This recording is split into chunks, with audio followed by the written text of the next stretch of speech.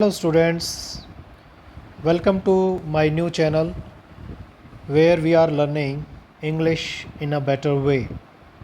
आज मैं 10th class के लिए फर्स्ट जो पोएम है डस्ट ऑफ स्नो लेकर आया हूँ, जिसको लिखा है great American poet Robert Frost ने। Myself Surendra Kumar, lecturer in English, और मैं आपको इस पोएम के बारे में अपने और आपकी लाइफ से जोड़कर बताऊंगा।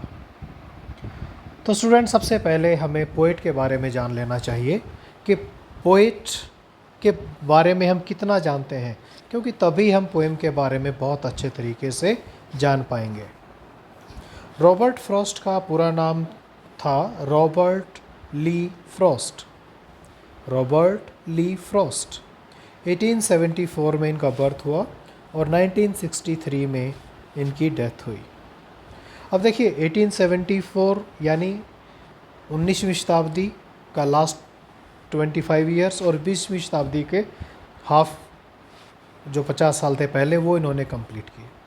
तो इस 75 वर्ष के 80 वर्ष के समय में जो उस समय की राजनीतिक सामाजिक जो व्यवस्थाएं थी, उनका हर राइटर पर एक बहुत बड़ा प्रभाव पड़ता है और इन्हें अपने काम के लिए 4 बार पुलिट्ज़र प्राइज़ मिला। और पुलिट्ज़र प्राइज़ जो रिनाउंड लिटरेरी पर्सन होते हैं, न्यूज़पेपर वगैरह से रिलेटेड पर्सन होते हैं, तो उन्हें दिया जाता है। तो इन्हें 4 बार जो है पुलिट्ज़र प्राइज़ मिला। और अगर हम इनके फेमस वर्क्स की बात करें तो एक पोएम तो आप अभी पढ़ ही रहे हैं, बिल्कुल छोटी सी पोएम लेकिन बहुत गहरे मीनिंग के साथ है।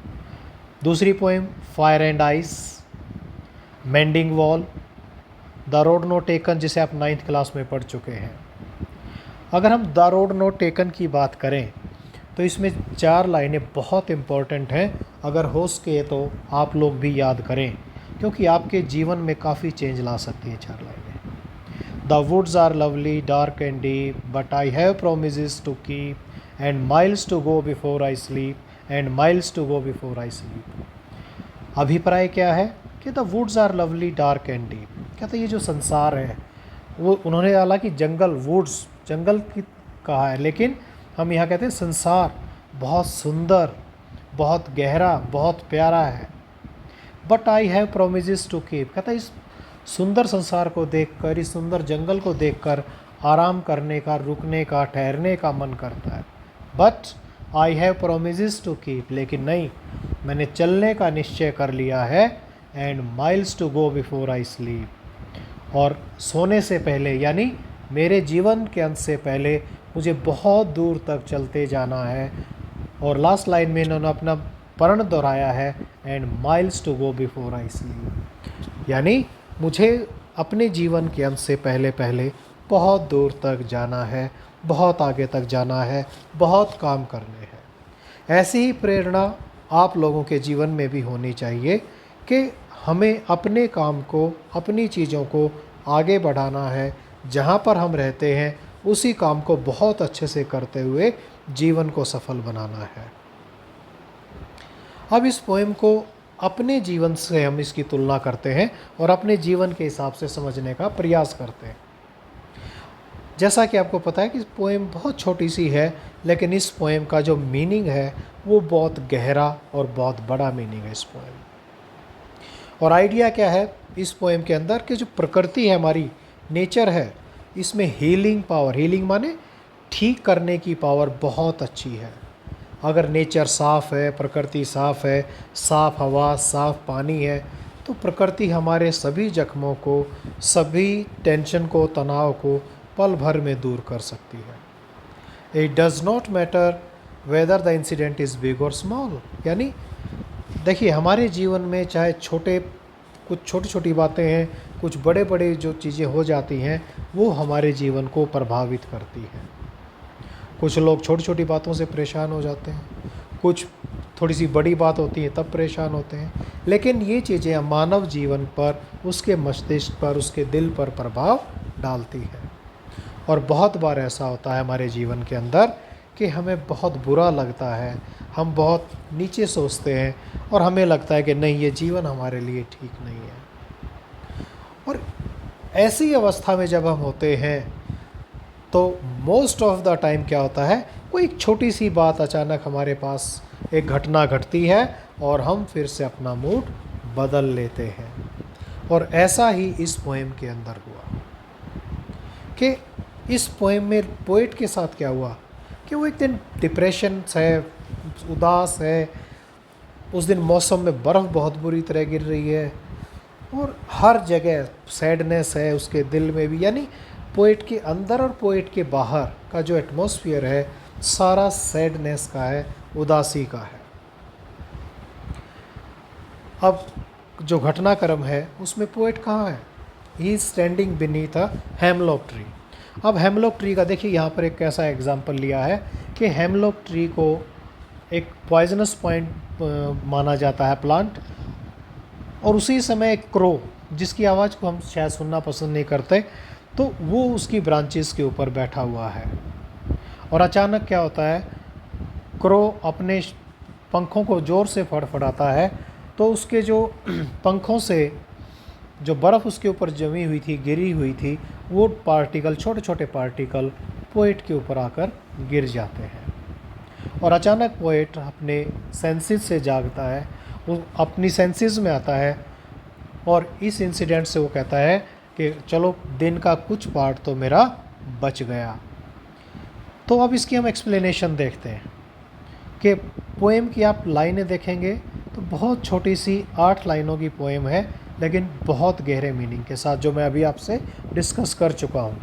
अब हम लाइन टू लाइन देखते हैं। और देखिए मैंने जो टेक्स्ट ऑफ द पोएम लिखा है इसमें आप शायद ध्यान देंगे, the way a crow Shuk down on me the dust of snow from a hemlock tree has given my heart a change of mood and saved some part of a day I had roots। अब देखिए मैंने the way और has given my heart A change of mood को थोड़ा सा bold किया है। अगर आप एक्सप्लेनेशन ना भी देखें, अगर यहाँ से भी देखेंगे तो आपको पोएम वैसे ही समझ में आ जाएगी। द वे यानी जिस तरीके से, accrue Shuk down on me, Shuk down on me, क्या क्रो ने शुक डाउन किया, the dust of snow. Dust of snow means the very small particles of snow, बिल्कुल छोटे छोटे जो पार्टिकल थे स्नो के, वो पोएट के ऊपर उसने अपने हिलाने से पड़े। और कहाँ था वो, फ्रॉम अ हेमलॉक ट्री, यानी क्रो हेमलॉक ट्री पे था और पोएट उस हेमलॉक ट्री के नीचे खड़ा हुआ था। कहता इस तरीके ने, कौन से तरीके ने, इस बर्फ़ के गिराने वाले तरीके ने जो क्रो ने किया, has given my heart a change of mood, उससे मेरे जो मूड था वो बदल गया, मेरा मूड अब चेंज हो गया। पहले जो मैं उदासी फील कर रहा था, जो मैं डिप्रेस्ड था, अब मैं अपने मूड को चेंज कर चुका था। And saved some part of a day I had rued, और दिन का जो कुछ पार्ट था मेरा वो अब बच गया था, क्योंकि मैं काफ़ी टाइम ख़राब कर चुका था आज के दिन का, लेकिन जो टाइम दिन में अब बचा हुआ था वो मेरा अब इस समय बिल्कुल चेंज हो चुका था। अगर आप एक्सप्लेनेशन पढ़ना चाहें तो मेरे साइड में एक्सप्लेनेशन लिखी भी हुई है, तो वही घटनाक्रम है जो आपको मैंने अभी बोलकर बताया है। अब देखिए कंप्रीहेंशन के जब क्वेश्चन आप करते हैं तो जनरली आप लोगों की आदत क्या होती है कि आप उनको रटने की कोशिश करते हैं, जबकि हमें रटने की कोशिश नहीं करनी है। अगर हम एक बार क्वेश्चन को समझ जाएं तो हमें रटने की कोई आवश्यकता नहीं है। जैसे अब आप यहाँ पर क्वेश्चंस को पहले समझिए, where was the poet standing. और देखिए मैंने आपको ग्रामर के अंदर सेंटेंस स्ट्रक्चर वाला जो पार्ट कराया, क्वेश्चन मार्क है, वेयर WH क्वेश्चन है, तो वेयर से हमें क्या बताना है, स्थान बताना है। तो वेयर को मैंने रेड मार्क किया है क्योंकि वेयर को हम हटा देंगे। Was the poet standing, was the poet standing, दिमाग में सोचिए पोएट कहाँ खड़ा हुआ है, हेमलॉक ट्री के नीचे। तो बीनीथ एक वर्ड यूज़ किया था हमने। तो अब देखिए जब आप आंसर करेंगे तो मैं अगली स्लाइड में दिखाऊंगा, यहाँ पर आप सिर्फ समझ लीजिए। द पोएट हम उठाएंगे, पहले सब्जेक्ट बन गया द पोएट वॉज, वेयर हट जाएगा क्योंकि हमने प्लेस बताना है। The poet was standing beneath a hemlock tree. समझ में आ गया होगा। सेकंड क्वेश्चन की बात करते हैं। हु वर्ड किसके लिए यूज़ करते हैं हम? व्यक्ति के लिए। हु इज़ मी को देखिए आप, मैंने सिंगल कॉमास के अंदर बंद किया है इन द फर्स्ट स्टैंजा। जब आप फर्स्ट स्टैंजा पढ़ेंगे तो उसमें देखिए मी एक शब्द यूज़ हुआ है। ये मी किसके लिए है? अंदाज़ा लगा लिया होगा। यस, पोएट के लिए मी है। वो आप जब आंसर करेंगे तो उसके साथ आप देख भी लीजिएगा। वैसे क्या बनेगा?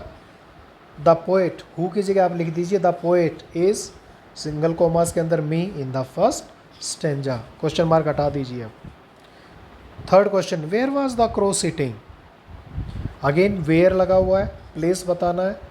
वॉज द क्रो सिटिंग, पहले हमने पोएट स्टैंडिंग, अब क्रो सिटिंग। ये आंसर आप अपने आप करेंगे। हाउ, कैसे, हाउ कैसे was the poets mood got changed? Poet का मूड कैसे चेंज हुआ?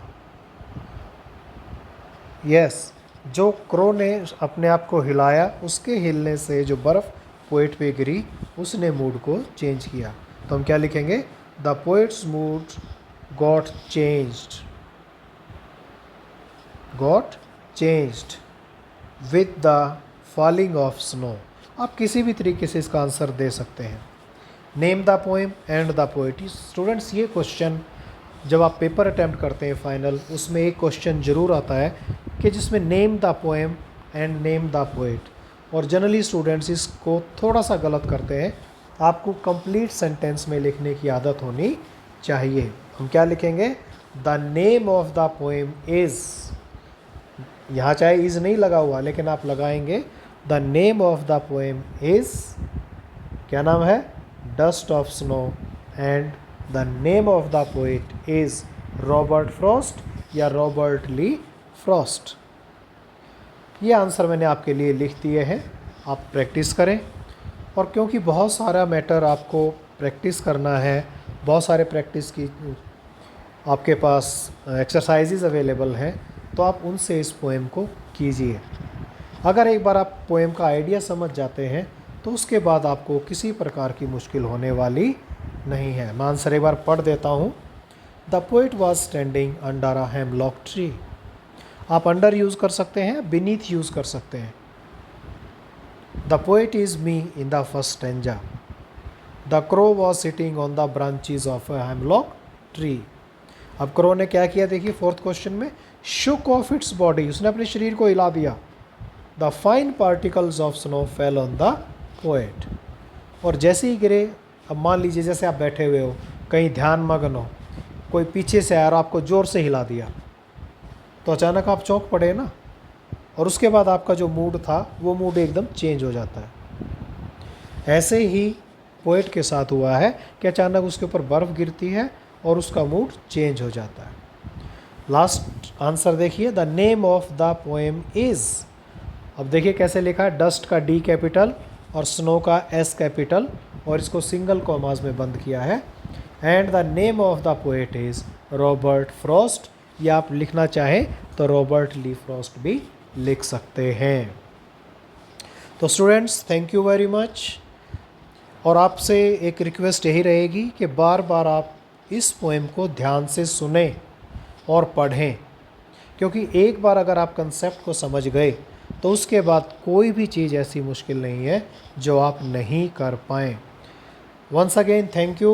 अगर आपको पसंद आए कंटेंट तो इसको बार बार सुनिए, देखिए, लाइक करें, अपने दोस्तों के साथ शेयर करें, और हो सके तो सब्सक्राइब भी करें।